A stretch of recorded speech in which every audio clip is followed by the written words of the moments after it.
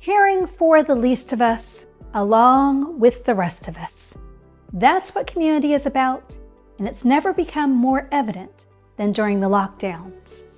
I recently got to sit down with one man whose job it is to make sure that over 300,000 meals are delivered daily across 7 counties right here in Central Florida. Come with me now as we go on another gorgeous reflection of community.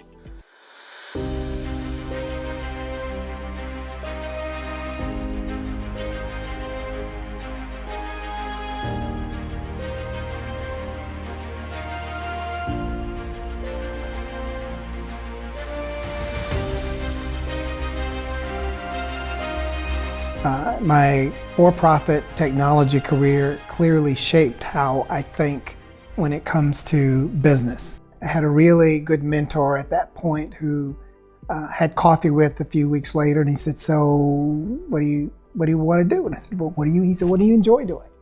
And I said, "Well, I'm enjoying the volunteer work that I'm doing. I'm enjoying the boards that I'm sitting on." And he said, "Well, why don't you go to work for a nonprofit?" And so as luck would have it, a few years pass, and I continued with what I was doing. And one year I got this phone call, and he said, "You still interested in doing the nonprofit thing?" And I said, "Sure, but I doubt very seriously if anybody's going to want to hire me. They probably think I'm going to go in like a bull in a china shop and turn it into some corporation." And he said, "Well, just see." So fast forward, and that was my first nonprofit job. I was the CEO for the Central Texas American Red Cross. I guess you could kind of call it a calling. And as for my mental health, one of the jokes that I used to say is, I'm sure this will add probably another 10 years to the longevity of my life. Not because the work isn't challenging or the work is easy, but I understand the why. And if I'm up at 3 o'clock in the morning preparing for a board meeting, I know why, and I know what that's going to involve, and that I can get behind all the time. I'm sure it has a lot to do with my mental health, even though this is clearly on the nonprofit side. It was the hardest I have ever worked. Nothing that I ever did on the for-profit side compared to the things we had to do on the nonprofit side. I mean, the stakes were just so much higher because now we're talking about people's lives. Derrick came to Second Harvest after spending time in the state of Texas. So I asked him what he thought about this new community he calls home. The diversity has surprised me. It's a pleasant surprise. Not that Austin wasn't diverse as well, but Orlando in Central Florida has clearly taken it to a new level. I can sit in a room with, as an example, with 4 or 5 people that all look just like me and hear 4 or 5 different accents. I find that amazing. But it also adds some challenges from a cultural perspective in terms of how we respond to that as a food bank, because everyone doesn't necessarily appreciate or like the same types of food. So those cultural advantages that the city has from a diversity perspective in certain cases can be a little challenging for us to allow our friends and neighbors to maintain as much dignity as we possibly can and try and provide them with food that they can really use for their families. When we have conversations about community, and we're basically socialized for our communities to just be our own little echo chamber. And that's not a bad thing by any stretch of the imagination, but there's so much more out there. And we see the results of that. That's why our fractured community is probably why 1 in 5 of our children in Central Florida don't know where their next meal is coming from. Most of us know that there's something that we need to do. But stepping out of that comfort zone and actually doing something is a challenging part. What do we have? We have thousands of organizations like myself, and we're all in our little bubbles, and we're all trying to solve it within our own little bubbles, and we don't have a prayer of solving it. within our own little bubbles. If I can't solve hunger, I cannot food bank my way out of hunger. It's just not going to happen, because hunger is just simply a facet of poverty, which has so many other elements to it, right down to the policy components. And we can't solve it that way. We start solving it when we start acting like a community. And acting like a community basically means we act as a coalition. We speak with one voice. We speak with a courageous voice when it's not popular for us to say that's wrong. And so community is important, because we're not going to get ourselves out of the hole that we continue to dig for ourselves until we realize that that's the only way.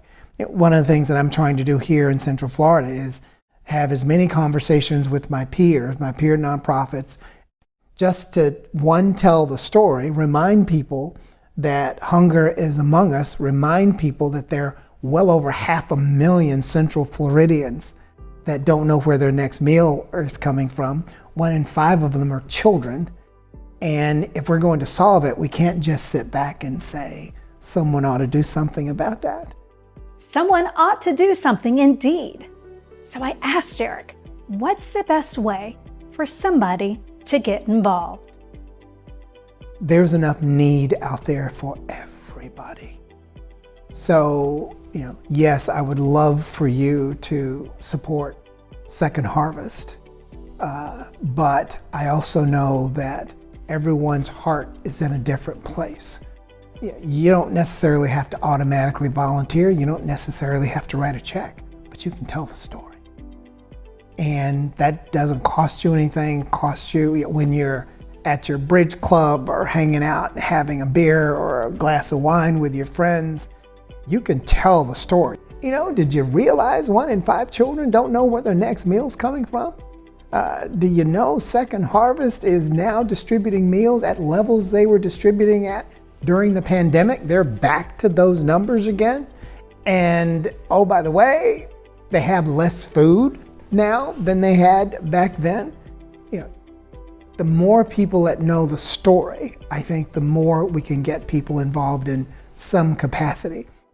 What I've found in this life is that people genuinely, the majority of folk, genuinely have a heart to do good. It's just a matter of finding what that is and then determining how to tap into that. If you know someone that needs food, if you know someone that knows someone that might need food, come to our website, feedhopenow.org, and we have a food finder there, a tool there. All you need to do is enter your zip code, and it will tell you tell you where the partner agencies are all across the 7 counties that we serve in Central Florida. And there are around 625 other nonprofits that we support and provide food to, that distribute food. That, if you don't remember anything else, that helps Second Harvest, because that helps our friends and neighbors that we serve. If you want to go further, we can take $1 and turn it into 4 meals.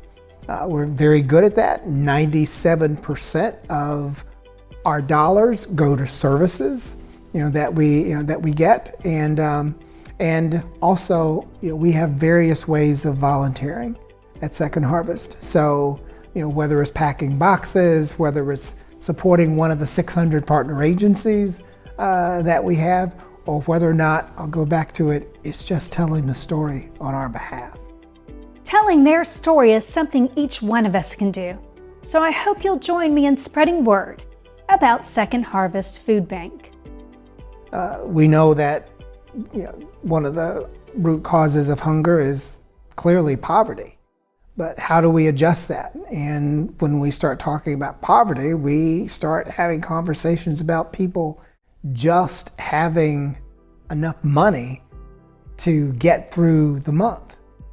And what we know and what we learned, especially during the pandemic, is that the face of hunger is not what you think. Traditionally, we would dump it into an unemployed bucket or a homeless bucket. The overwhelming majority of those that depend on our services are working households. to the point that the money just simply runs out. And they use food kind of as a way to manage their budget, because I can't cut back 10% on my rent. I can't necessarily cut back on 10% of my utility bills or my childcare services, but I can fudge a little on how much food I buy or the quality of food that I buy. But one of the things that we're doing to try and address that is we have a culinary program at Second Harvest. It's a 16-week program. It's free. We don't charge. And we will probably graduate our 500th student sometimes this year, is what I'm hoping. We boast in excess of a 96% placement rate for those students. But my favorite stat is that 82% of them are still working after the first year. Now, these are marginalized individuals.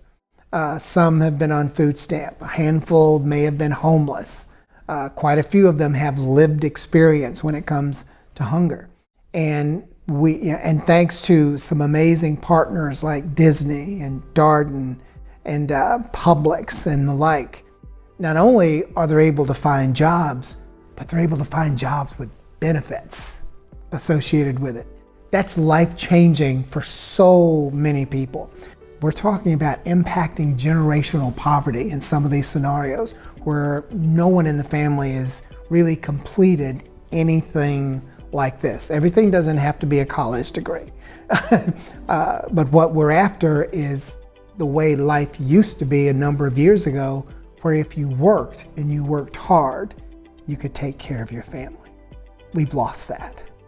And something that we're trying to do at Second Harvest is just to give some of that back. You know, it's such a worthy goal, providing dignity, education, opportunity. That's what community is, and this is our community, Central Florida. I want to thank Derrick for sharing a little bit about what Second Harvest Food Bank does, and I invite you to visit their website to learn more. Now, all of the videos in this series have been focused inward on our community, and I hope you'll join us at our upcoming art show where we'll continue to explore those themes. A portion of the sales does benefit Second Harvest Food Bank. I'll be there, as will many of the people I've interviewed. We look forward to seeing you there at Mills Gallery,